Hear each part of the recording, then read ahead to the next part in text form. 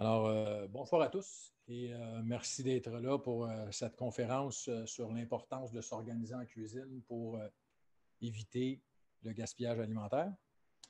Mon nom est Martin Vallée, je suis directeur adjoint de l'École hôtelière de Laval depuis janvier, après une dizaine d'années comme enseignant au programme cuisine. Avant ça, j'ai été chef exécutif dans un prestigieux club de la Couronne-Nord, où j'ai eu la chance, depuis 1987, d'apprendre le métier de cuisinier. Je peux donc dire que moi aussi, je suis tombé dans la marmite quand j'étais petit, puis que la cuisine, j'en mange. J'ai le plaisir ce soir d'avoir à mes côtés, comme co-animatrice, Rose, diplômée de l'École hôtelière. Alors, Rose, j'aimerais beaucoup, si tu le permets, puis si tu le veux, que tu te présentes et que tu nous parles un peu de ton parcours. Ben oui. Bonsoir. Je m'appelle Rose Rinfray-Harvey et ça fait maintenant 4 ans que je suis diplômée de l'École hôtelière de Laval en cuisine et j'ai également mon diplôme en pâtisserie. Je suis arrivée à l'École hôtelière, j'avais 17 ans, puis maintenant j'en ai 22. Tout comme Martin, je suis passionnée de la cuisine. J'espère faire une aussi longue carrière que lui, mais il faut commencer quelque part. Euh, après mon cours de pâtisserie, j'ai eu la chance également de faire les Olympiades en pâtisserie. Une super belle expérience pour moi, qui m'ont beaucoup aidé dans mon parcours à m'améliorer aussi dans mon métier. Depuis 4 ans, je travaille de façon saisonnière au club de golf Le Blainvilliers à Blainville et je suis maintenant la pâtissière là-bas. On peut en parler un peu. Les Olympiades, tu avais fini? J'ai gagné les Olympiades, donc on était 4 participants et je suis arrivée première. Et grâce à cette médaille d'or-là, j'ai pu aller à Edmonton faire la compétition nationale. Donc j'étais contre des gens de partout à travers le Canada.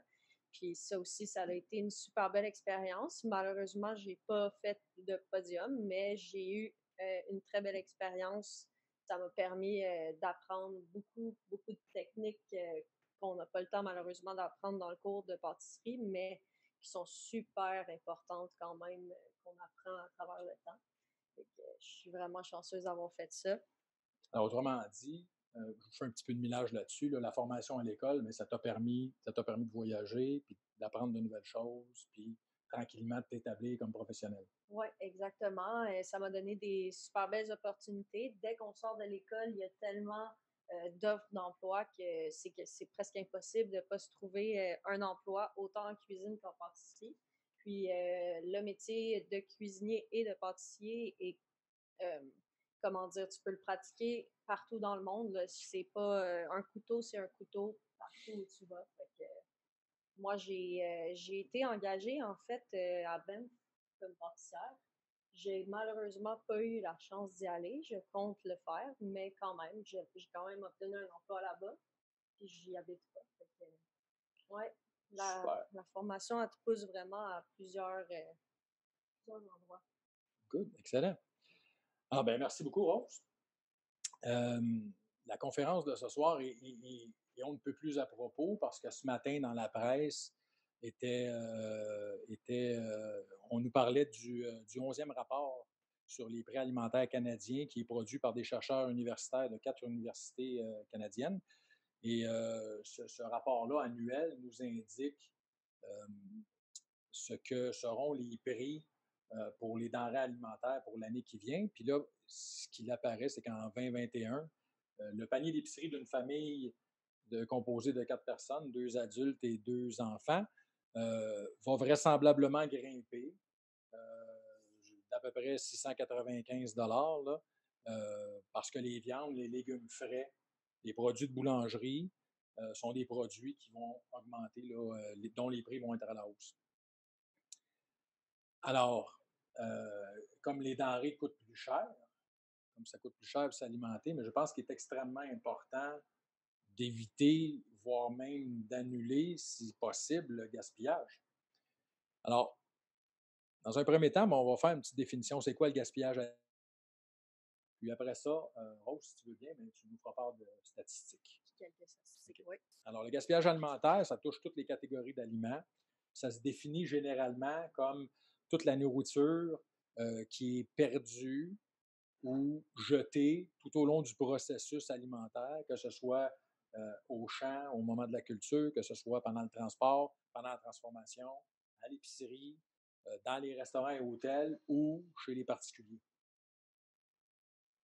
Donc, pour vous donner une petite idée de à quel point le gaspillage alimentaire fait partie de notre quotidien à tous, je vais vous parler un petit peu de statistiques là, qu'on a sorties après nos recherches. Donc, si le gaspillage alimentaire était un pays, il serait, après la Chine et les États-Unis, le troisième plus gros producteur de gaz à effet de serre résultant de l'enfouissement et de l'incinération des denrées non consommées. Donc, le gaspillage alimentaire, c'est vraiment un enjeu planétaire très important. Ça fait partie des choses qui polluent le plus la planète, en fait. Donc, pour vous donner une idée, un tiers de la nourriture produite dans le monde est perdue ou jetée. Ça l'équivaut à environ 1,3 milliard de tonnes par année, ce qui est énorme. La nourriture produite mais non consommée occupe inutilement près de 1,4 milliard d'hectares de terre, ce qui correspond à la superficie du Canada et de l'Inde réunies. Donc, ça, ce que ça veut dire, c'est que, par exemple, une terre qui va servir à nourrir uniquement nos vaches ou notre viande, ça va occuper énormément de place alors qu'on consomme réellement même pas cette nourriture-là, ce qui est vraiment très important là, si on regarde ça comme ça.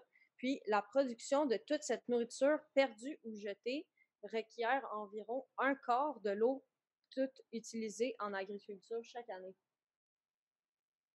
Fait que plus près, si on regarde un peu plus près de nous, environ 58% de la nourriture au Canada est jetée tout au long de la chaîne alimentaire, comme Martin l'a expliqué tantôt, donc du champ jusqu'à l'assiette, 58% qui est jeté, pour un total de 35,5 millions de tonnes. Juste au Donc, Canada. juste au Canada, c'est ça. Ça, c'est pas mondial. Bien sûr, dans notre gaspillage alimentaire, il y a des pertes inévitables. Donc, les os, les coquilles d'œufs, c'est sûr qu'il y a des façons de les récupérer, mais ils finissent quand même à la poubelle, ce qui est normal.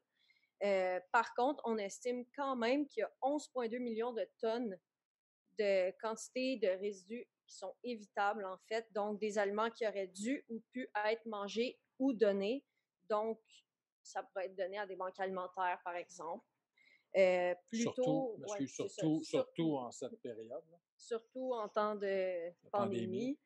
pandémie. Donc, plutôt que d'être jeté, ça pourrait être donné, etc. Puis, cela représente suffisamment de denrées pour nourrir tous les citoyens canadiens pendant 5 mois, ce qui est vraiment énorme. On parle de 3 repas par jour pour 38 millions de personnes. Pendant 5 mois. Puis ça, c'est seulement ce qu'on gaspille au Canada. Donc, le gaspillage alimentaire a également des impacts monétaires importants pour les ménages, donc les familles qui font des revenus moindres. L'argent de l'alimentation est vraiment coupé. Oui, il y a des questions. Tous les légumes se congèlent. Et une autre question, si on doit jeter, il faut absolument mettre au compost. Allez-y, ma chère. Est-ce que tous les légumes se congèlent? La plupart des légumes, oui, se congèlent. Ils peuvent soit cuits ou crus.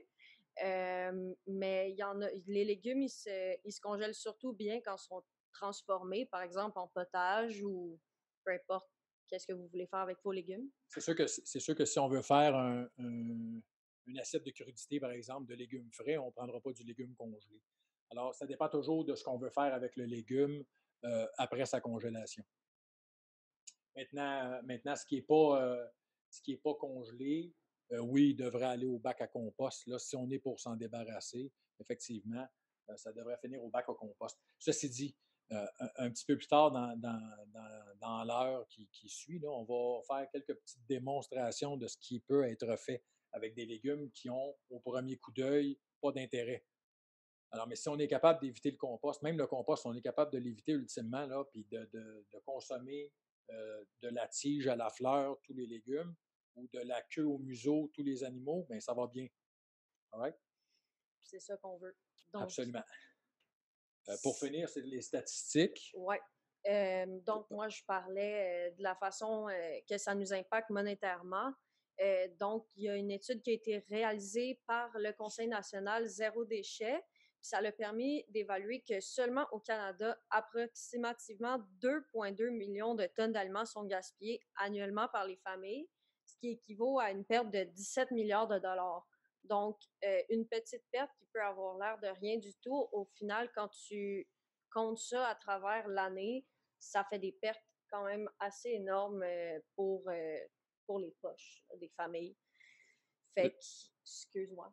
Allez-y, OK? allez-y. Ben ça veut aussi dire que un ménage moyen gaspillerait plus ou moins 140 kg ou 308 livres de nourriture à chaque année. Donc, ça l'équivaut à peu près à 1100 dollars de gaspillage par année.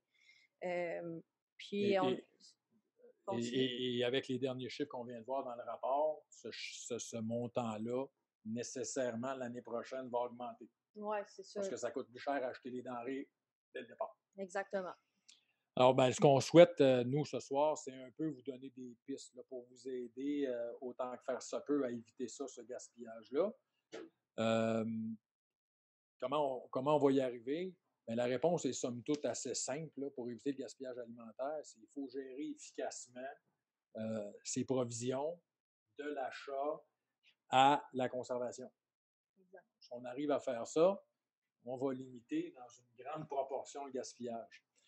Alors, évidemment, qui dit nourriture dit aller à l'épicerie. Hein? Ouais. Mais on ne va pas à l'épicerie les mains vides, les poches vides, puis pas préparées. Alors, dans un premier temps, là, ce qui est important, c'est de se planifier. Planifier, ça veut dire quoi? Planifier, ça veut dire s'organiser. Un collègue enseignant qui disait planifier, c'est prendre du temps pour en gagner. Puis quand on sait que le temps, c'est de l'argent, prenons-en un petit peu pour en sauver au bout de la ligne. Et en même temps, bien, sauver de l'argent. Alors, le menu de la semaine, avant d'aller à l'épicerie, ce serait une bonne idée, dans un premier temps, de faire l'inventaire comme chef, comme pâtissière, quand on a un commerce, une entreprise quelconque de restauration. Avant de faire nos achats, on fait l'inventaire de ce qui nous reste en stock. Hein? Si j'ai déjà 3 poches de farine, je n'en recommanderai pas si je sais que mes besoins, ça va être une poche cette semaine. Okay? Alors, faire l'inventaire à la maison de ce qu'on a dans l'économo ou le garde-manger, puis de ce qu'on a dans le frigidaire avant de faire notre menu, bien, un, ça va nous inspirer, puis deux, ça va nous permettre de savoir quels sont les aliments que je vais avoir besoin d'acheter. Faire un menu pour la semaine à venir, après ça, en partant des quantités qu'on a dans le réfrigérateur, puis en se servant aussi des circulaires. Oui, les circulaires, d'ailleurs, qui sont très accessibles maintenant grâce aux applications qu'on a sur nos téléphones cellulaires. Il y a des applications comme Flip, par exemple, qui te permettent d'accéder à toutes les circulaires là, de n'importe quelle épicerie. Tu peux faire ta liste d'épicerie à partir de là, puis juste avec l'inventaire que tu as fait chez toi avant de partir, tu peux regarder ensuite qu'est-ce qui est en rabais ou qu'est-ce qui t'intéresse. Fait que ça, c'est super important aussi, là. Et c'est super aidant. Puis là, on ne parle pas des frigidaires intelligents qui font l'inventaire eux-mêmes. On sait que ça existe, on n'est pas tous rendus là. Évidemment, on fait une liste après ça puis, pour aller à l'épicerie. Puis là, ce qui est important aussi pour éviter le gaspillage alimentaire, c'est que s'en tenir à cette liste-là. Pas acheter du superflu qu'on n'a pas besoin ou pas se laisser tenter par ou par notre envie d'en manger. Parce qu'à un moment donné, là, acheter, on va dire en anglais, malheureusement, on va essayer de le faire en français après, acheter de l'overstock, acheter de trop, hein? On va finir par perdre. Ce qui est important aussi, on en discutait un peu tantôt, là, ce qui est important de gérer au bout de la ligne, c'est le vivant. Oui. Donc, fruits et légumes. La viande, ben, tout ce qui ne se conserve pas, là, comme les pâtes alimentaires ou les conserves, tout ce qu'il y a dans le frigo habituellement, les produits laitiers, les œufs, la viande, les légumes, les fruits, c'est plus ça qu'il faut prévoir. Donc, c'est sûr que si on achète pour une quantité de 6 personnes alors qu'on est 3 à la maison, on va finir par en perdre inévitablement. Mais il y a quand même des trucs et des recettes qu'on peut faire pour éviter ces pertes-là si jamais on achète trop, ce qui arrive à quand même beaucoup de monde. Oui, souvent, puis souvent parce qu'on n'est pas préparé. Oui, c'est ça. Ce qui est important aussi, et ça m'amène à mon deuxième point, c'est la conservation. C'est important d'avoir tu sais, si on veut pouvoir sauver des aliments, il faut avoir des outils de conservation qui fonctionnent bien, des températures, des frigos qui sont aux bonnes températures, des congélateurs qui sont aux bonnes températures, des endroits frais et secs pour garder ce qui doit être conservé dans ce type d'endroit-là. C'est important aussi au moment de l'achat, surtout l'été, quand on va faire l'épicerie, si on est capable d'avoir une glacière ou des sacs isothermes qui permettent de conserver la viande à une température adéquate pour éviter qu'elle se gâte en chemin. C'est important. Je parle de l'épicerie l'été. C'est important aussi d'aller faire l'épicerie l'été puis de faire juste cet arrêt-là puis de ramener au plus vite les aliments, surtout les périssables, à la maison pour pas qu'ils passent trop de temps en température caniculaire d'un véhicule automobile l'été. Surtout si on fait plusieurs épiceries, là, par exemple, moi, je vais souvent à 2 épiceries parce qu'il y a des rabais différents aux 2. Puis, quand tu fais une épicerie en premier, ben, il faut quand même que tes produits restent bons dans ta voiture parce que l'hiver, on n'a pas de problème, mais l'été, à 35 degrés, c'est différent. Là. Si tu achètes de la viande hachée et que tu la laisses 30 minutes dans ta voiture, ça risque de pas être le top. C'est pas généralement une bonne idée. C'est pas recommandé. C'est important aussi d'avoir un peu d'ordre, là, de placer son frigidaire. Tu sais, dans nos cuisines, dans nos pâtisseries, quand on a un walk-in, un frigidaire où on rentre dedans, tout est toujours placé à la même place parce que, bon, ça sauve du temps quand on est en service ou quand on est en production. Ça nous permet de rapidement de voir l'inventaire qu'on a en stock. Puis de faire la rotation aussi. Ça, c'est important quand on achète des produits. Le produit le plus récent devrait être derrière la pile pour que le produit que ça fait plus longtemps qu'on a acheté passe, pour qu'il soit utilisé là, avant qu'il arrive à la date de péremption. Alors, ranger le frigidaire, c'est pas une mauvaise idée jamais. Au contraire. Le laver, c'est un peu de tautologie ce que je raconte là, mais tenir son environnement propre, tenir l'environnement de conservation propre. N'oubliez pas que ce qu'on mange, là, ça nous rentre dans le corps, puis ça finit dans notre sang. Je racontais aux élèves en hygiène et salubrité que je vais jouer comme cuisinier, comme pâtissier, on va jouer à la même place que les médecins. Le chemin pris est un peu différent. Mais je finis dans le sang du patient au bout de la ligne. Là, si tout va bien, bien, tout va bien aller. Là. C'est ça. Hein? Alors, c'est important de garder ça propre, l'environnement où on conserve les choses, mais aussi l'environnement où on travaille, notre poste de travail et tout ça, là, d'éviter les contaminations, qu'elles soient directes ou croisées. Faire le tri de son garde-manger, même si c'est des aliments qui, par définition, vont se conserver un peu plus longtemps parce qu'ils ont des procédés propres à ça. Une vieille conserve qui date des années 40, je ne pense plus qu'aujourd'hui, elles sont encore bonnes. À un moment donné, il faut faire une rotation là-dedans aussi, là, pour s'assurer que l'inventaire roule. Ouais. Et là, ça va nous rejoindre le prochain point plus directement. Cuisiner. Cuisiner à la maison. Si le confinement a eu quelque chose de bon au mois de mars, puis on en a entendu parler tout le monde, c'est qu'on a cuisiné à la maison. Puis ça, ben, c'est la meilleure des idées au monde pour éviter le gaspillage, se servir des denrées qu'on a achetées pour les cuisiner et les manger. C'est pour ça qu'on les a achetées, de toute façon. Oui, c'est ça. Hein? Alors, puis cuisiner, ça veut dire quoi? Ça veut dire préparer la quantité requise. Pas en faire trop, comme tu disais tantôt. Si on est 3 à la maison, puis je cuisine pour une armée, à un moment donné, c'est des choses que je ne peux pas conserver, il va y avoir de la perte, là, assurément. Mais c'est correct de se préparer des repas puis d'en réchauffer le lendemain. C'est pour avoir des lunchs la semaine, c'est correct, mais quand tu fais une super grosse salade puis que finalement tu décides de mélanger la vinaigrette dans le bol au complet, au final, tu risques d'en perdre parce que, bon, qui ne fait pas trop de salade? Moi, j'en fais tout le temps trop, là. Puis, Mais en tout cas, quand faut que tu trouves des façons de pouvoir conserver tes aliments.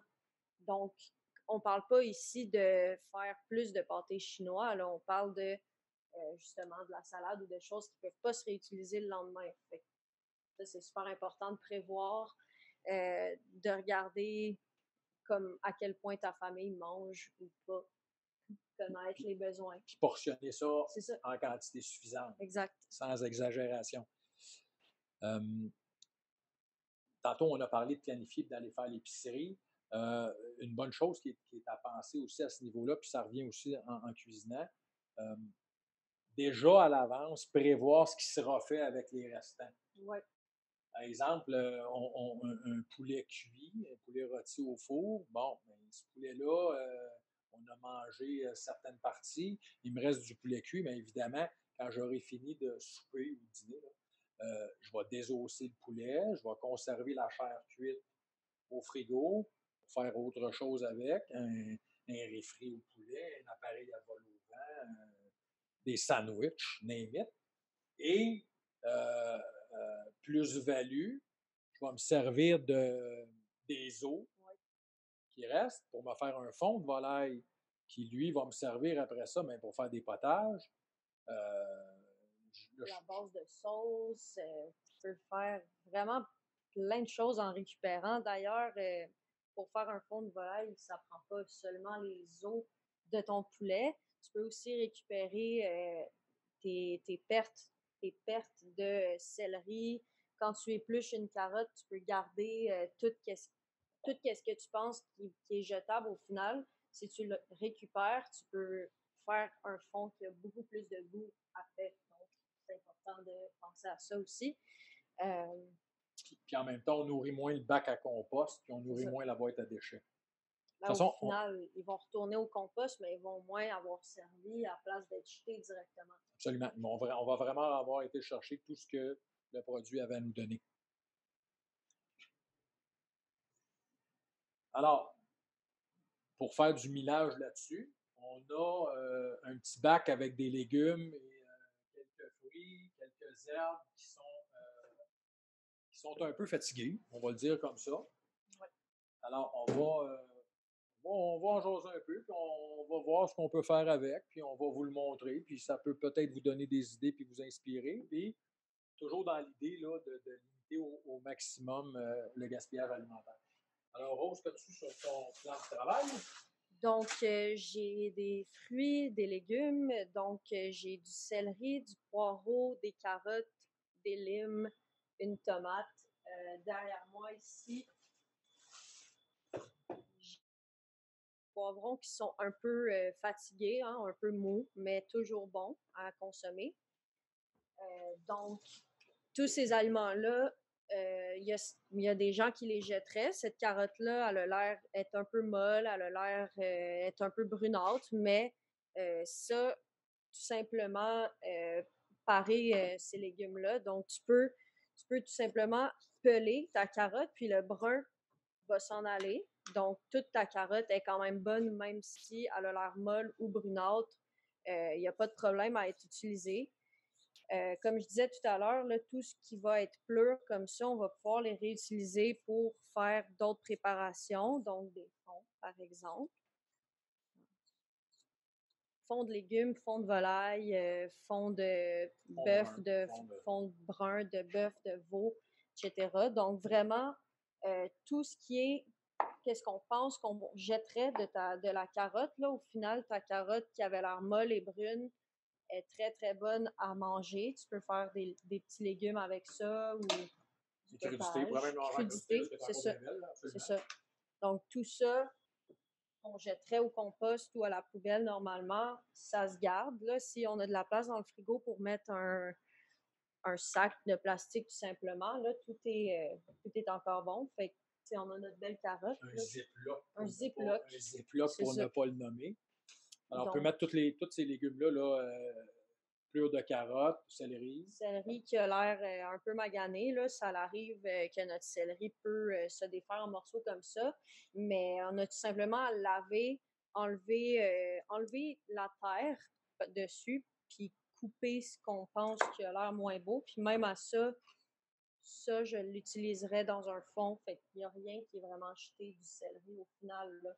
Y Ça compris les aussi. feuilles, y compris Les le pied, à part peut-être le petit bout, là, Ça, non. je vais appeler ça le tissu cicatriciel, là, la Ça, tu sais, trace tu peux de. le Oui, c'est ça, couper. ça, on peut Mais l'enlever, mais le restant, là, la partie du pied, on peut très bien le mettre dans c'est un ça. fond. Certaines personnes couperaient le céleri là, comme ça ici, mais en réalité, tu peux tout simplement couper ça comme ça. Puis ton céleri, il va être sale, mais si tu le laves, tout est bon au complet. Ça, je le jetterais. Mais quand je vais Compost. compost, oui, excusez. Tu sais, tout simplement, là, il n'y a pas de feuilles après ces morceaux-là, mais des morceaux qui ont des feuilles, les feuilles sont, encore une fois, utilisables pour des fonds ou d'autres préparations. Donc, il y a vraiment moyen de vraiment aller chercher. Réduire à sa plus simple C'est ça, expression le gaspillage, ou en tout cas la perte qu'il pourrait y avoir. exactement. Donc, Poireaux, oui. Une question, Madeleine demande est-ce qu'il y a des parties brunes ou plus molles qui s'enlèvent sur une carotte ou encore dans la mousse sur un concombre sur des poivrons? Peut-on retirer les parties et cuisiner l'aliment quand même? Donc, il y a une question ici, là, c'est si on a une partie brune qui s'enlève, là, qui est un peu plus molle, ou tout simplement, si tu as un poivron et qu'il y a du moisi dessus, est-ce qu'on peut tout simplement l'enlever puis utiliser le reste? La réponse, c'est oui. Il y a certaines choses que s'il y a de la moisissure dessus, comme du pain, là, tu es mieux de le jeter, mais les légumes, si tu as un petit peu de moisi dessus, il n'y a pas de problème, tu enlèves cette partie-là, le reste du légume est bon. Faut quand même faire attention. Là, si ton concombre au complet il est rendu tout mou puis plein de moisissures, Transparent, puis je dirais qu'il n'y a plus rien à faire avec ça. Là, donc, ça peut aller au compost directement. Mais si tu as un bout de moisi sur ton concombre, mais que le reste est encore croquant, parce qu'on veut quand même que le concombre soit croquant, tu peux enlever la partie molle et moisie, puis il va être super bon. on veut le croquant pour le manger cru, le concombre. Ouais. Mais s'il devient mou, mais qu'il n'est pas moisi, rien, on peut le transformer en gazpacho, en tzatziki, en relish, ultimement. Il y a plein de choses qu'on peut faire avec quand même. Vous savez, il y a de plus en plus sur le marché des producteurs maraîchers qui vendent comment est-ce qu'ils appellent? Les légumes laits. Les légumes laits, c'est ça, hein? C'est ça, les pas beaux, Les les pas laits. beaux, il y a Ouais, plusieurs appellations c'est différentes. ça. Puis ils sont pas assez beaux pour être dans L'étagère du IGA ou de l'épicerie. Ouais, l'étalage. L'étalage, c'est ça le mot que je cherchais, merci. Ils sont pas assez beaux pour être sur l'étalage à l'épicerie parce qu'on le sait, hein, on achète avec nos yeux d'abord et avant tout. Fait que si le légume il est biscornu un peu, il y a une petite bosse et des taches, il ne sera pas pris. Mais par contre, ce légume-là est encore très bon. Il peut faire du smoothie, il peut faire des potages, il peut faire des coulis, il peut faire. C'est un peu ça d'ailleurs qu'on vous montre là avec les légumes qu'on a présentement. Les poivrons ici, là, pour faire des crudités, faire des bâtonnets de poivrons qu'on mettrait dans une assiette de crudité, ils ne sont pas vraiment, je vais employer un gros mot, sexy. Ils ne sont pas attrayants. Par contre, pour faire un coulis de poivron, pour faire un pepper pot, une crème de poivron, ils sont parfaits, ces poivrons-là. Donc. Moi, je ferais même petite salsa là, que tu peux mélanger avec de la mangue ou un ananas. Absolument. C'est encore super bon. C'est juste que peut-être que manger cru comme ça te tente moins, mais il y a quand même plusieurs façons de le transformer puis qui va être encore super bon. D'ailleurs, tu parlais de compagnies qui font du recyclage d'aliments. Il y a d'ailleurs la compagnie Loop qui fait de la bière puis de l'alcool comme du gin, qui utilise, je pense que c'est les plures de pommes de terre qu'ils réutilisent pour faire leur gin. Les tranches de pain, tout ça pour faire leur bière. Absolument. Fait il y a de plus en plus de compagnies comme ça qui vont vers un mode zéro déchet qui est comme vraiment intéressant. Là. Moi, j'adore ces compagnies-là. Absolument. Je recherche toujours. Faut faire un peu de millage sur les poivrons. Chez moi, j'ai une légitime épouse qui a poussé le raisonnement jusqu'à replanter les pépins. Oui. Je n'ai pas racheté de poivrons de l'été parce que ça a poussé au-delà de nos espérances. C'était même épeurant par moment. Là. Je n'ai pas eu besoin de racheter de poivrons et je les ai fait repousser. Alors, zéro dépense, on aime ça, tant bien. Ces limes-là, qui sont pas. Je ne les mettrais pas dans un gin tonic. Je ne les mettrais pas dans un gin tonic, là. Ils sont rendus kaki. Mais qu'est-ce que je peux faire avec? Tu peux les couper en deux, puis tu peux récupérer le jus. Puis tu parles de gin tonic, mais tu peux mettre dans un drink le jus de cette lime-là. Pas nécessairement prendre le zeste, là. On va pas zester quelque chose qui ressemble à ça, mais le jus est encore très bon. D'ailleurs, tu peux utiliser le jus pour faire, par exemple, des tartes à la lime, si c'est ce que tu aimes faire. Je ne l'utiliserai pas non plus comme décor sur un drink. Là. Je ne trancherai pas cette lime-là pour me faire un décor, mais n'importe quoi qui nécessite du jus de lime. D'ailleurs, le jus de lime, c'est quelque chose qui se congèle bien. Si tu veux en utiliser en petite quantité avec une cuillère, tu en mets dans un drink, tu en mets dans une recette qui demande un peu de jus de lime. Comme je parlais de la salsa tantôt, si tu veux relever un peu tes plats, le jus de lime, ça se congèle super bien. Donc, ça ne se perd pas. Puis, il y a une autre façon aussi de récupérer tes pleurs d'agrumes. Il y a des gens qui mettent leur pleurs d'agrumes avec la pulpe dans le vinaigre pour faire un nettoyant multisurface. Il faut que tu fasses mariner, seul mot, mariner, macérer dans le vinaigre pendant comme 2 semaines, puis ton vinaigre va prendre un peu l'odeur d'agrumes, là, donc tu peux utiliser ça pour laver ta toilette après, puis c'est une bonne façon de les réutiliser. Après, tu les jettes au compost, mais au final, tu les as utilisés comme 2 fois. C'est payant. On aime ça. C'est ça. Absolument.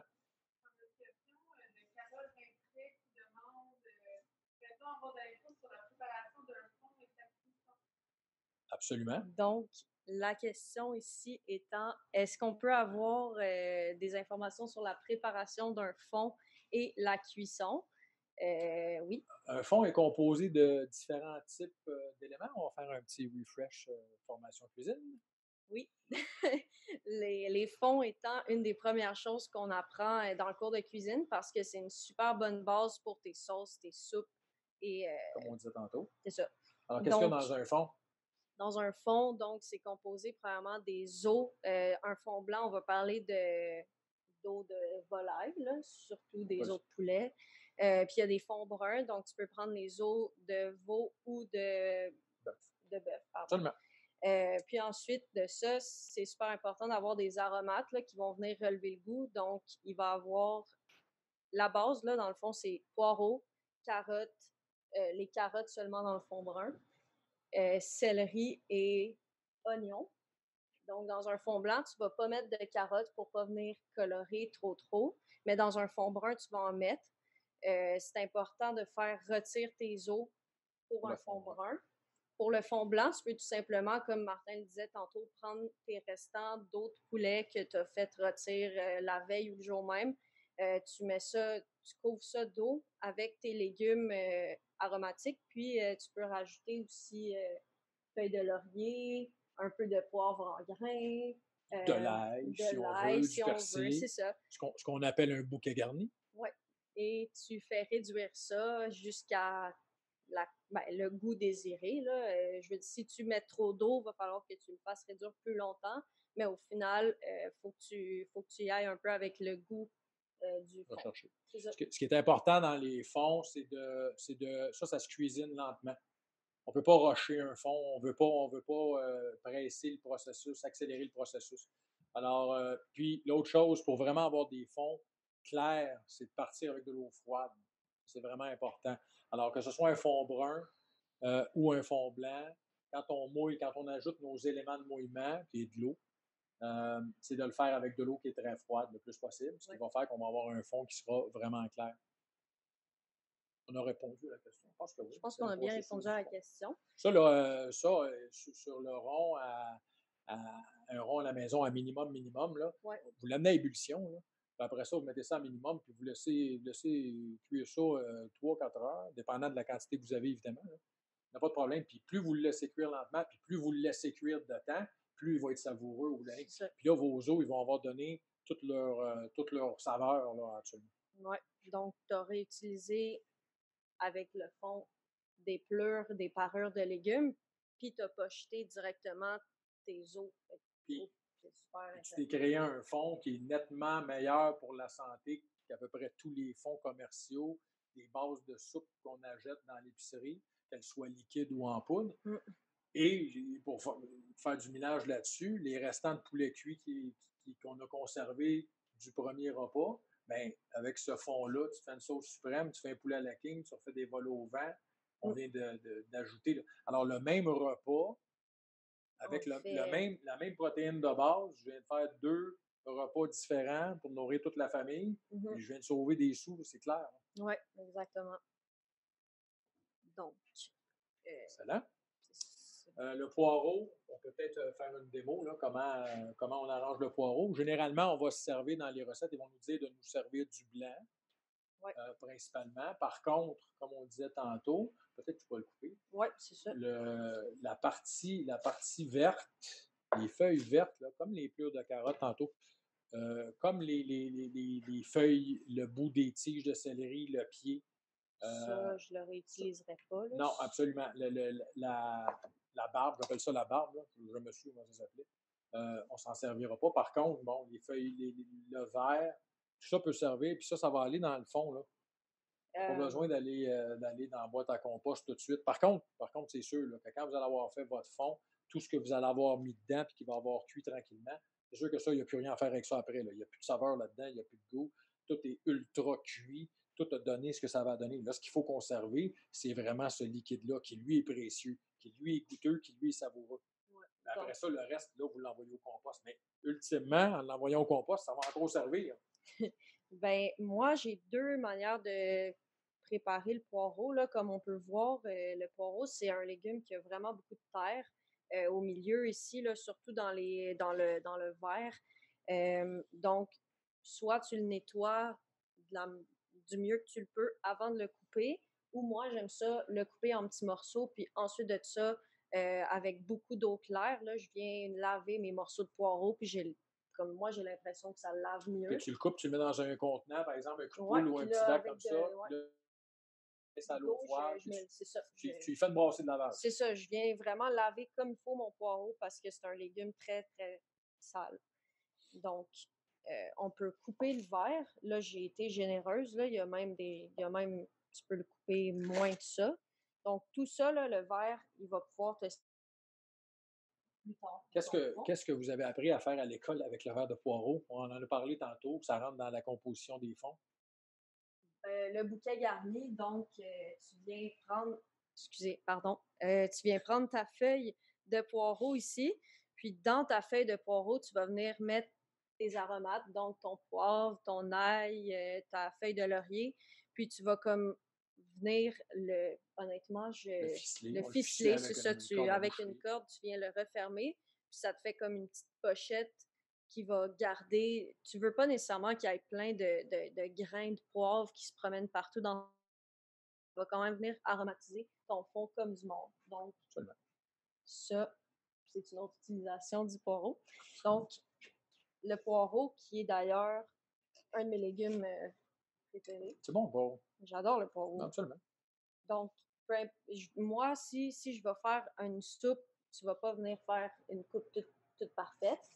Mais si tu veux que ton poireau.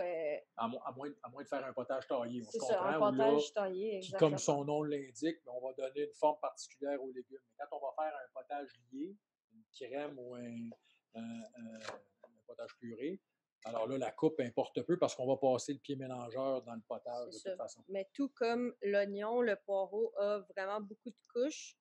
Donc, moi, j'aime venir le mettre à plat comme ça ici. Puis, là, je m'excuse, je vais t'interrompre 2 secondes. Le cuisinier en moi va vous parler de ça, mettre à plat.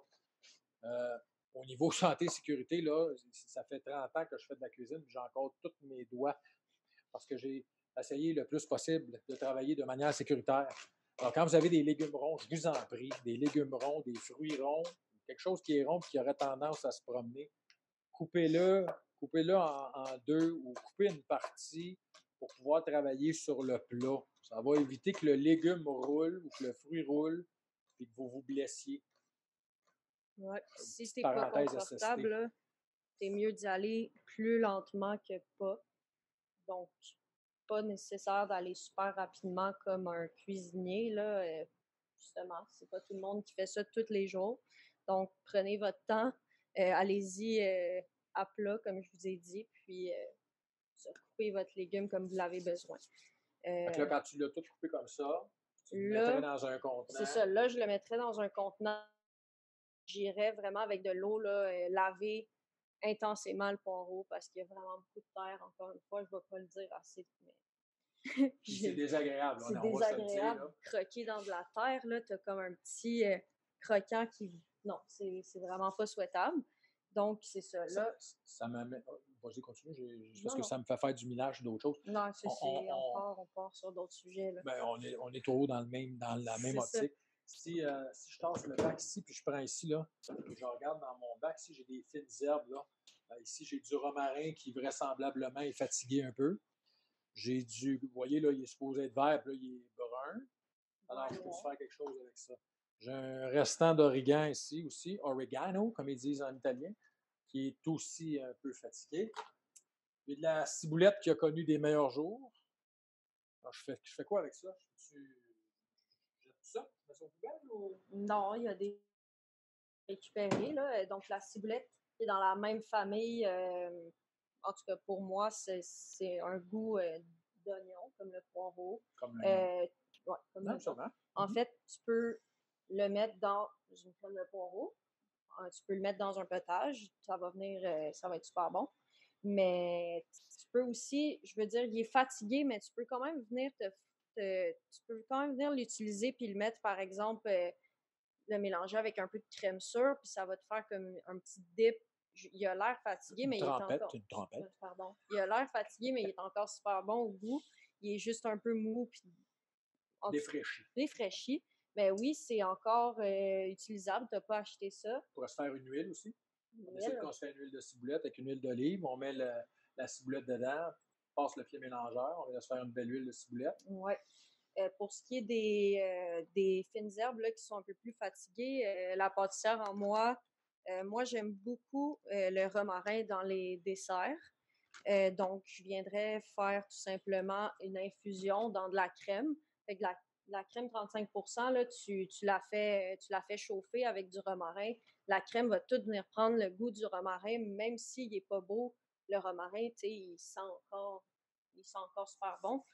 Puis tu peux venir faire des desserts avec ça. D'ailleurs, avec mon collègue et ami Cédric, on avait fait un cupcake romarin et lime.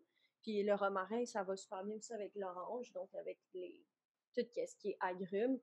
Quand on fait une infusion, le degré de cuisson, on chauffe tout ça dans le tapis ou? Non, tu y vas doucement. Il faut que tu l'amènes à l'ébullition. Tu mets ça à froid, tu amènes à une ébullition. Puis soit tu le laisses un peu reposer pour qu'il goûte plus, ou tu l'enlèves tout de suite pour qu'il ait un goût plus léger. Plus tu le laisses infuser, plus ça va goûter. Faut pas. Si on peut faire congeler les fines herbes ou encore les faire sécher la ciboulette au four. Donc, une question, est-ce qu'on peut congeler les fines herbes ou les faire sécher au four? Oui, c'est une super bonne façon de préparer tes fines herbes d'ailleurs. Par contre, personnellement, je ne ferais pas sécher de l'origan qui est déjà bruni comme ça. Là. Je le ferais sécher s'il est comme mou puis encore vert. Là, je le ferais sécher. Mais quand il est rendu trop fatigué, je le sécherais pas. Il existe des appareils, là, des séchoirs. Des déshydrateurs. Des déshydrateurs, pardon. Donc, qui servent à ça, mais au four, j'imagine qu'à une très basse température pendant longtemps, ça fonctionnerait aussi. Absolument. Oui. Absolument. Pour ce qui est de congeler. Congeler, ce que moi je faisais, c'est que tu le passes je vais le dire en français, tu le passes au blender, tu fais une purée avec, puis peu importe l'herbe fine que tu utilises. Puis après ça, tu la congèles dans des bacs à glaçons. Et là, quand tu fais un potage, par exemple, on parlait du poireau tantôt, mais tu fais un potage, là, tu te sors 1 ou 2 cubes de ciboulette, puis tu le mets dans le potage. Ouais. Une chose aussi, les fines herbes, là, comment on peut les transformer, mais c'est d'en faire des pestos. Oui. Une bonne façon de recycler vos fines herbes. Là. Bon, le pesto, à la base, c'est basilic, noix de pain, un peu de parmesan, de l'huile d'olive. Mais on peut faire un pesto avec à peu près tout ce qui existe comme herbe, puis s'amuser à mélanger des noix là-dedans. Là. Je faisais un pesto, je ne sais pas si tu te souviens, on avait fait un pesto rapini et noix de Grenoble. qui est très, très bon au goût, qui fait un excellent condiment pour aller sur un filet de poisson à chair blanche, par exemple, qu'on aurait légèrement cuit meunière. Alors, ça, c'est une façon de recycler nos fines herbes, là, les transformer en pesto.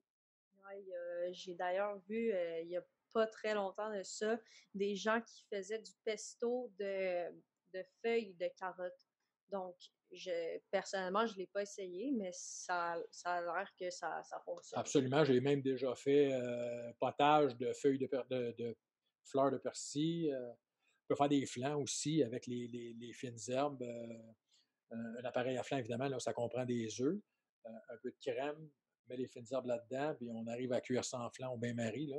Ça fait des beaux produits, honnêtement. Est-ce normal qu'un film sur vide apparaisse sur des fiches de teint ajouter une bouteille d'huile végétale? Est-ce que j'ai pas compris? On a une question, mais j'ai pas bien On compris. n'a pas compris, moi non plus. C'est normal qu'un film Un film? sur vide apparaisse sur des fiches de teint ajouter une bouteille d'huile végétale. Dans le cas précis, peut-être Un film sur vide. sur Sur bide? vide. C'est Est-ce c'est que comme ça une serait... couche qui est alentour de la tige qui se développe dans l'huile. C'est une excellente question. Je ne savais pas que ça s'appelait un film turbide. Je suis content. Je ne suis pas venu ici pour rien ce soir. Ceci dit, C'est pas normal, en ben, fait. je ne suis pas certain de la. Comment je dirais? Je cherche je suis pas certain que l'aliment est sain encore à ce moment-là. Là. Je ne suis pas sûr. Là. Parce que... Je pense que c'est une réaction normale, mais avec le temps, peut-être. Ouais, c'est... Bonne question. Honnêtement, là, je vais faire une recherche, je vous confirme. Une autre question, quelle alternative qu'on nous prendre si on ne met pas de noix au pesto? Donc, la question est quelle alternative on peut prendre si on ne met pas de noix au pesto? Est-ce que t'en as, toi, personnellement? Ben, à la base, un pesto, ça implique une noix. Mais je comprends là, qu'on parle pour des gens qui sont vraisemblablement allergiques. Aux noix? Alors, bonne question. Je me suis jamais, je me suis jamais posé la question. Je suis pas mal convaincue que sur Internet, là, il va y avoir plusieurs recettes offertes. J'ai Là, c'est sûr, l'impression, sûr. puis là, à vue de nez, là, puis là, je viens d'avoir une petite inspiration sans doute divine.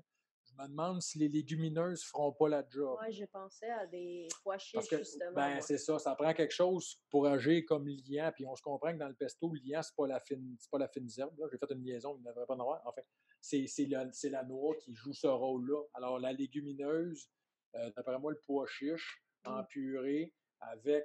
Ça devrait D'après moi, fonctionner. ça va peut-être faire la job. Mais C'est sûr qu'on n'aura pas le même goût, on se comprend. ouais, non. Là. Mais Mais tu je peux pense. arriver à un résultat similaire Ouais, je puis qui pense va que être oui. quand même bon. D'après moi, oui. Moi, j'irais faire des petites recherches sur Internet, mais je suis pas mal convaincue que le pesto sans noix, c'est sûr Ouais, que ça avec se la fait. légumineuse, d'après moi, Ouais, on s'en va à la bonne légume. place. On utilise des graines de citrouille grillées sur notre sol, peut-être? Ça aussi, mais là, c'est ça. Pour les gens allergiques, je ne sais pas, ça dépend toujours du degré d'allergie. Puis est-ce que c'est ces graines-là qui sont ultimement des amandes, en quelque part, d'une certaine façon? Ouais.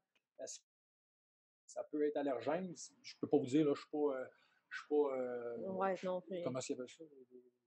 Allergologue, je pense. En tout cas, Ouais, t'es pas un je suis pas pire, professionnel là. d'allergie. Non, c'est ça. Je suis pas puis comme je suis allergique à peu près rien. Ouais, mais oui, il y a toujours, honnêtement, il y a des alternatives sans noix pour à peu près tout. Donc oui, je suis pas mal sûre qu'il y a des recettes de pesto sans noix qui se font. Comme il y a des recettes d'à peu près tout sans œufs. Ouais. Sans Comme il y a gluten. maintenant des recettes, oui, effectivement, d'à peu près tout, là, sans gluten, sans lactose, sans. Absolument. Vegan. Un petit peu de recherche, mais ça correspond à ce qu'on est en train un peu de vous dire aussi. C'est si on veut éviter le gaspillage, faisons aussi des recherches. Ouais. Allons voir sur Internet, intéressons-nous à ce qui se passe, intéressons-nous. La science, ça se développe à tous les points de vue, puis on le sait plus que jamais de ce temps-là. Alors, puis le savoir n'a jamais été autant accessible sur la planète que maintenant avec l'Interweb. Alors, on est à 2 clics près de toutes les informations qu'on veut dans la vie. Là. Alors, si on veut, c'est sûr que pour éviter le gaspillage, il y a un petit travail à faire. Ouais. Mais au bout de la ligne, ce travail-là finit par être payant sans aucun doute. Là. Ouais, même moi qui a une formation en cuisine, puis Martin, que ça fait pas si longtemps que ça. Pas si longtemps que ça qui fait ça. Mais je suis certaine que lui aussi utilise Internet pour s'inspirer de recettes. Puis moi, je le fais quotidiennement. Là. J'aime ça, aller regarder qu'est-ce que je peux faire avec ce qui me reste dans mon frigo ou surtout là, quand j'achète, quand j'ai un garde-manger trop plein avec trop de cannes, etc., j'aime ça, regarder les possibilités qui s'offrent à moi avec ce que j'ai. Puis ensuite de ça, c'est comme ça que je peux planifier mon épicerie. Ah, il me manque telle chose pour faire ma recette, ben parfait, ça va être sur ma liste d'épicerie, puis je vais savoir que cette recette-là va être à préparer cette semaine. Donc, tout revient au final à la planification de qu'est-ce qu'on a chez nous. C'est juste ça le secret, c'est planifier, puis pas exagérer dans les quantités qu'on achète.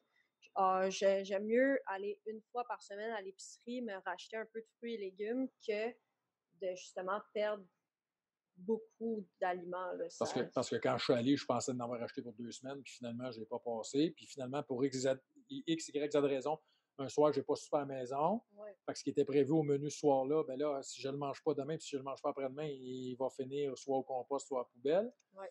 Puis avec les rythmes de vie effrénés qu'on a, ben, si on n'est pas planifié, ce genre de truc-là arrive malheureusement trop souvent. Puis on l'a vu tantôt, hein, on finit par acheter 140 kilos de nourriture annuellement, Ouais. ce qui représente à peu près 1100 dollars. En tout cas, moi, je n'ai pas. Puis oubliez jamais quelque chose, messieurs, dames, c'est que quand vous jetez un aliment à la poubelle, là, prenez un billet de banque puis mettez-le à la poubelle. C'est exactement le même geste que vous venez de poser. Parce que l'aliment que vous jetez, à moins qu'il vous ait été donné par votre voisin qui fait pousser des tomates cerises, là, puis qui ne sait plus où les mettre parce qu'il a été envahi, c'est prendre l'argent puis le mettre dans le sac à vidange.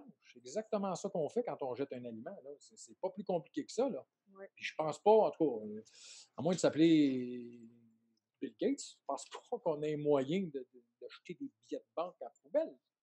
Oui, on peut pas, ça ne nous appartient pas, ça appartient à l'État. D'autres questions? On est bon, on aime ça, les questions, messieurs, dames. Posez des questions sur le chat, puis on va se faire un plaisir d'essayer d'y répondre. L'autre chose que je voulais, ça me permet de faire du minage. Non à peine.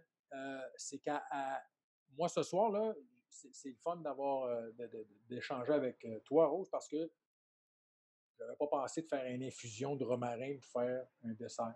Tu sais, moi, je suis plus salé dans la vie, Ouais. là. Je suis plus cuisinier que pâtissier, mais ça, je suis content. Je suis content de l'avoir vu parce que juste ça, ça a fait ma soirée.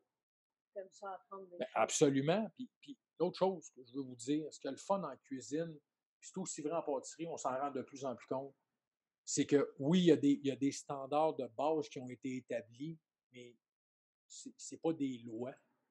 Alors, si vous, dans votre pâteau au saumon, ça vous tente de mettre des poivrons, je sais bien que de base, on n'en met pas de ça là-dedans, mais vous, là, vous avez un petit restant de poivrons, vous coupez ça en brunoise, vous embarquez ça dans le pâteau au saumon, tout va bien. Il y a pas de, on ne vous mettra pas en prison parce que vous n'avez pas respecté le standard classique de la recette. Non, vous allez peut-être même découvrir des nouveaux classiques que vous allez adorer faire chez vous, pour votre famille, pour vos amis. Puis, autant à la maison là, qu'en entreprise, j'aime vraiment ça, regarder qu'est-ce que j'ai pour justement créer des nouvelles recettes. Je sais que moi, c'est ma passion, fait que c'est sûr que ça me vient tout seul, mais je suis sûre que surtout maintenant, en temps de pandémie, là, on a plus de temps pour s'attarder à ces choses-là. Fait que c'est vraiment super, c'est vraiment le fun. Là. Moi, la cuisine, ça rejoint tout le monde, en fait. Là. Absolument. Puis, avant d'aller faire l'épicerie, je m'assure toujours que mon frigidaire est vide. Fait que je fais toujours un soir restant Ah ouais, tout le pour temps. vider les plats qui traînent de petits ci, puis de petits ça, puis de petits ci, puis de petits ça. Au bout de la ligne, je fais ce que j'appelle des assiettes buffet. Fait que là, je dis à ma gang à la maison, ben, à soir, on mange un buffet. Là, ils ont compris que je m'en allais dans tous les petits plats qui traînent dans le frigidaire, puis que je ferais une assiette de plat principal avec un peu de lasagne, un peu de pâté chinois, un peu de ci, un peu de ça. Mais ça me permet de liquider les restants, de nourrir tout le monde, puis c'était bon.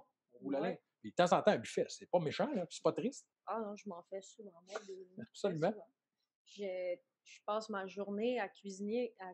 Fait que quand j'arrive chez moi, est-ce que j'ai tout le temps envie de faire d'autres cuisines? Pas nécessairement. Fait que je suis vraiment contente quand j'ai le repas d'hier soir ou d'il y a 2 jours que je peux juste me remettre rapidement dans le micro-ondes puis me réchauffer. Puis tout le monde a des journées qui sont plus fatiguées puis qui ont moins envie de cuisiner. Fait que si tu peux même te prévoir des repas qui se congèlent bien puis t'en congeler, c'est encore mieux. Moi, j'aime beaucoup, d'ailleurs, un de mes repas préférés à préparer avec un peu tout ce que j'ai dans mon frigo, là, avec des légumes, des céleris, des carottes, des poivrons, c'est un chili. Comme tu peux vraiment mettre tout, toutes plein de sortes de légumes là-dedans.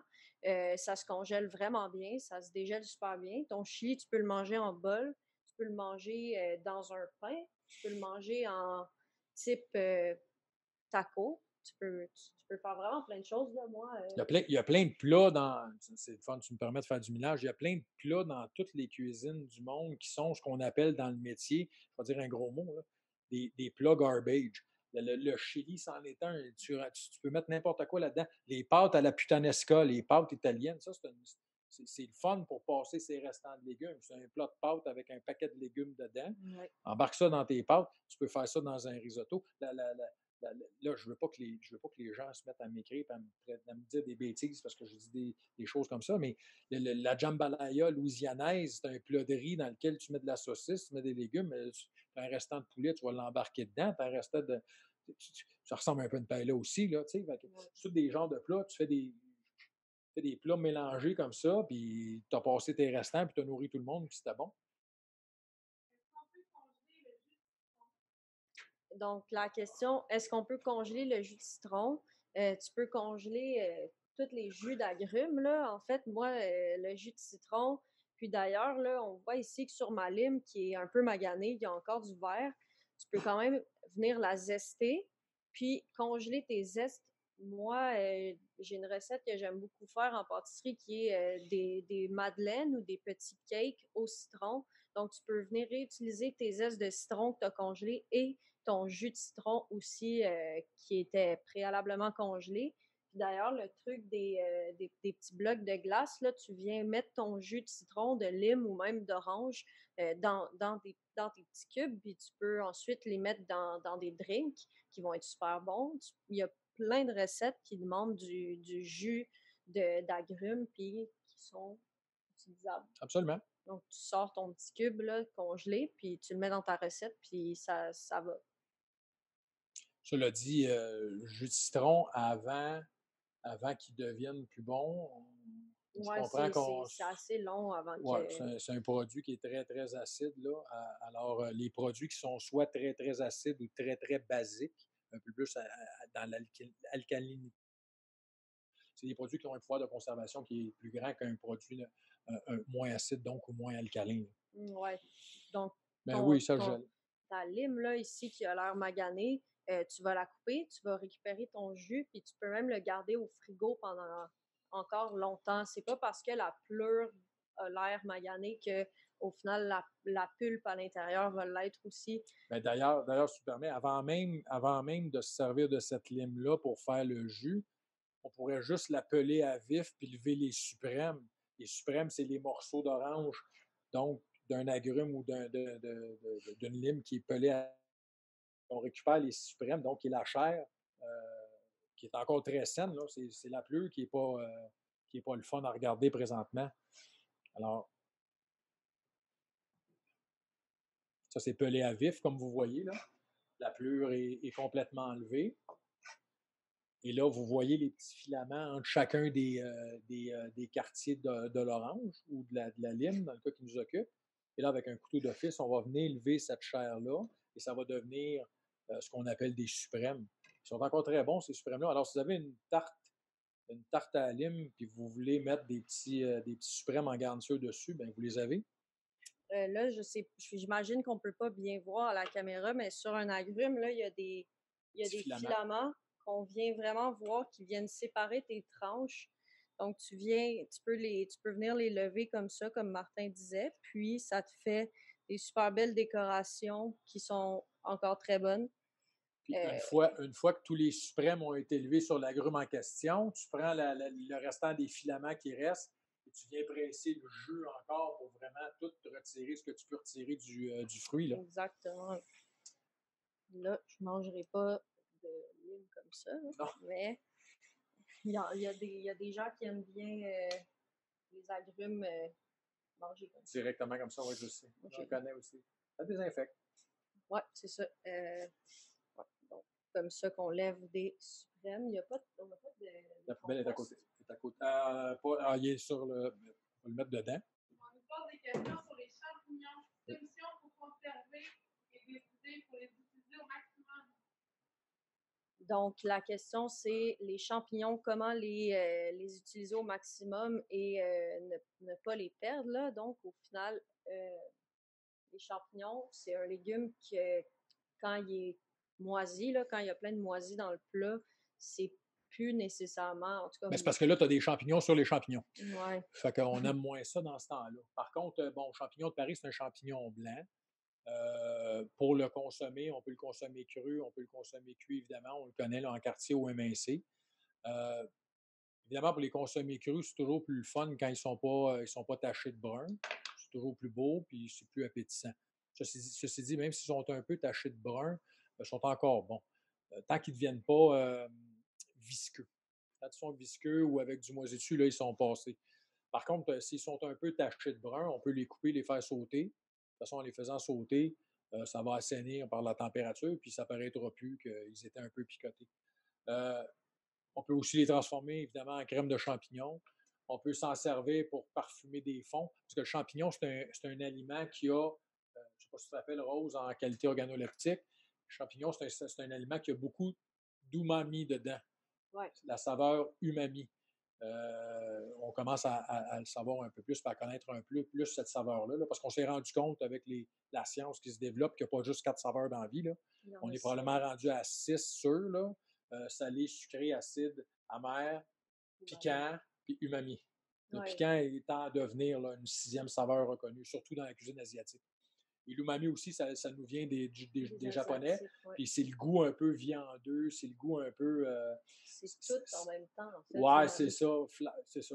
Tu peux avoir un peu de salé, tu peux avoir du sucré, tu peux avoir de l'acide, puis au final, le champignon, c'est considéré comme étant umami. Oui, absolument. Fait que pour rehausser le goût d'une sauce ou le goût d'un fond, c'est quelque chose qu'on peut utiliser. Alors, quand vos champignons sont trop pas beaux pour les consommer crus ou même sautés, ultimement, ben, ils peuvent se ramasser dans ce bac-là puis nous servir à pimper, à augmenter la saveur de nos fonds. Mais c'est vraiment un légume que je conseille de consommer assez rapidement. Là, comme Martin dit, quand ils sont rendus visqueux puis qu'il y a du champignon sur ton champignon, moi, je le mets au compost. Là. Il n'y a pas de façon. Le champignon, c'est un aliment que tu ne peux pas enlever le petit moisi puis le réutiliser le reste. Là. C'est vraiment quelque chose que c'est moisi, c'est moisi. C'est parce qu'en plus, c'est dur à faire. Je t'essaie de faire ça. C'est ça. L'autre chose que j'aimerais dire à propos des champignons, c'est que c'est un légume, mais c'est pas tout à fait un légume. Là. C'est un C'est champignon. un champignon. Et c'est composé à 85% d'eau. Fait que les champignons, théoriquement, on les lave pas avant de s'en servir. On les essuie. S'il y a un peu de terre dessus, on prend un linge propre, on enlève l'excédent de terre qu'il y a dessus, puis on les consomme comme ça. Je vous dis, c'est 85% d'eau. Petit truc de cuisinier, si vous voulez faire des champignons sautés dans la vie, puis que les champignons colorent, puis aient une belle, qui ne soient pas gris puis bouillis, il faut vraiment que votre ustensile de cuisson qui va vous servir pour les faire sauter soit très, très, très, mais alors là, très, très chaud. Puis vous n'avez pas besoin de corps gras ultimement. Pas tout le temps les mélanger aussi pour qu'il y ait une belle coloration. Tu les laisses un peu, puis après ça, tu commences à les sauter ou à les mélanger. Il faut absolument que quand vous déposez vos champignons dans l'ustensile de cuisson, ça fasse pshht. Si ça ne fait pas ça tout de suite, l'ustensile de cuisson est pas assez chaud. Ce qui va arriver, c'est que le champignon va lâcher toute son eau de végétation dans votre sauteuse. Et là, c'est des champignons bouillis que vous allez avoir. Vous allez finir par pouvoir les faire sauter. Mais il va falloir que toute cette eau de végétation-là soit évaporée avant d'arriver à les faire colorer. Mais là, vous n'aurez plus de champignons. Vous allez avoir déshydraté au maximum, puis il vous restera presque plus de champignons. Alors, ça revient un peu, bien, c'est le fun, ça nous permet de faire du mélange, ce qu'on disait. Comprendre aussi l'aliment que je cuisine, ça va me permettre d'éviter le gaspillage. Utiliser la bonne technique de cuisson pour l'aliment en question, ça me permet d'éviter du gaspillage. De façon générale, cuire un aliment à feu, à part les champignons qu'on vient de parler, cuire un aliment à feu très, très vif ou feu très, très fort, c'est pas une bonne idée. Ça réduit le rendement, ça diminue les portions, ça modifie de façon quasi dramatique le goût. Alors, ça revient à planifier tantôt. Là, dans la vie, quand tu fais de la cuisine et tu veux faire de la bonne cuisine, ça prend le temps que ça prend faire la bonne cuisine. Puis pour arriver à faire ça, il faut être planifié et être organisé. C'est comme la décongélation. On ne décongèle pas à température pièce. On n'a pas le droit de faire ça. C'est dangereux. 4 méthodes reconnues de la décongélation par le MAPAC, un site d'ailleurs que je vous invite à visiter. C'est dans le frigidaire. La meilleure. Qui est la meilleure. Alors, on se planifie. Je veux manger un poulet rôti dans mon congélateur, mais je le sors 4 jours avant dans le frigidaire. Ouais. Puis dégèle complètement, puis après ça, je vais le cuire. Je peux le faire décongeler sous l'eau froide courante qui continue à couler tout le temps. Il faut s'assurer que le produit est bien immergé. Je peux le cuire directement gelé, prendre mon poulet. Là, c'est un peu dur, par contre, mettre des épices barbecue sur le poulet gelé dur. Mais vous pouvez le prendre, le mettre dans lèche frite, le mettre dans le four puis le cuire directement. Ou on peut le décongeler au micro-ondes, mais si on le cuit tout de suite après, je ne peux pas décongeler l'aliment au micro-ondes puis le mettre au frigidaire et le cuire plus tard. Alors, ça, c'est important. Puis ça revient à planification. Planifions nos menus, planifions nos recettes. Je vais sortir mes aliments, je vais les faire décongeler comme il faut. Même chose pour le refroidissement des aliments. Vous me permettez, c'est mon dada un peu, l'hygiène et la salubrité, je viens un peu nerveux là-dedans. Là. Vous ne pouvez pas refroidir quelque chose sur le comptoir toute la nuit. On ne peut pas faire ça, c'est interdit. Parce que l'aliment tombe dans la zone de danger de la prolifération des bactéries, 4 et 60 degrés Celsius. Tu me rappelles? Oui, je me rappelle. Alors, il est important que l'aliment, là, vous venez de faire une soupe, vous avez servi tout le monde a mangé, on mange le plat principal. Là, c'est sûr que la soupe dans la casserole est encore au-dessus de 60 degrés Celsius. Dans le milieu de la nuit, elle va être tombée à 40. Puis ça, 40 degrés Celsius, là, c'est le Club Med pour les bactéries. Là, ils vont se proliférer pour empoisonner vos familles. Alors, il faut mettre ça au frigidaire. Là, j'entends ma mère me chicaner, me dire qu'on ne fait pas ça dans la vie. Je le sais, maman, mais pourtant. On met ça au frigidaire tout de suite. L'important, c'est de ne pas fermer le contenant. Tu te rappelles? Oui. On met un saran wrap, on fait des petits trous dedans pour que la chaleur circule. Puis si on est capable, si on n'a pas un frigidaire avec une grille, on installe en dessous du contenant une cuillère ou quelque chose, un linge, pour que le contenant soit légèrement levé et que l'air circule alentour du contenant. Le MAPAC demande aux restaurateurs, aux gens en cuisine, que le produit chaud soit à température frigidaire après qui a été cuisiné. Ça, température frigidaire, c'est entre 2 et 4 degrés Celsius. Et que dans le premier 2 heures où on a fini de le cuisiner, il passe de température cuisson à 21 degrés Celsius. Alors, on met ça dans le frigidaire tout de suite. Là, le fun qu'il y a présentement, c'est que dehors, c'est une température frigidaire. Vous avez des petits frigos chez vous, mais vous avez dehors qui est un frigidaire là, de ce temps-là. Installez-vous un petit coin, une petite station de refroidissement, saran wrap avec un petit trou, on met ça dehors, on va faire refroidir ça au plus vite. Oui. On va moins gaspiller. Exactement. Ben là, de ce temps-là, c'est le fun. Moi, j'aime ça l'automne et l'hiver. C'est des congélateurs à ciel ouvert. Tout va bien. Exactement. C'est bon? Plus de questions, messieurs, dames, on est dedans, on est réchauffé. Bon, c'est bon, mais ceci dit, Rose, ça fut un réel plaisir. Merci beaucoup de t'être prêtée au jeu. Merci de m'avoir invité pour faire ça. J'ai vraiment apprécié. Moi aussi, j'apprends à travers tout ça. C'est toujours le fun de revenir aux sources à l'école hôtelière. Puis merci à vous autres d'avoir été là, puis en espérant qu'on a pu vous aider un peu, puis qu'on a favorisé chez vous la réflexion. En espérant qu'on vous donne le goût de cuisiner, puis de cuisiner le plus possible des denrées que vous achetez. Puis si au bout de la ligne, bien, on fait ça tout le monde, ça va juste être bon pour tout le monde. Merci beaucoup. Bonsoir. Merci. Bonne soirée.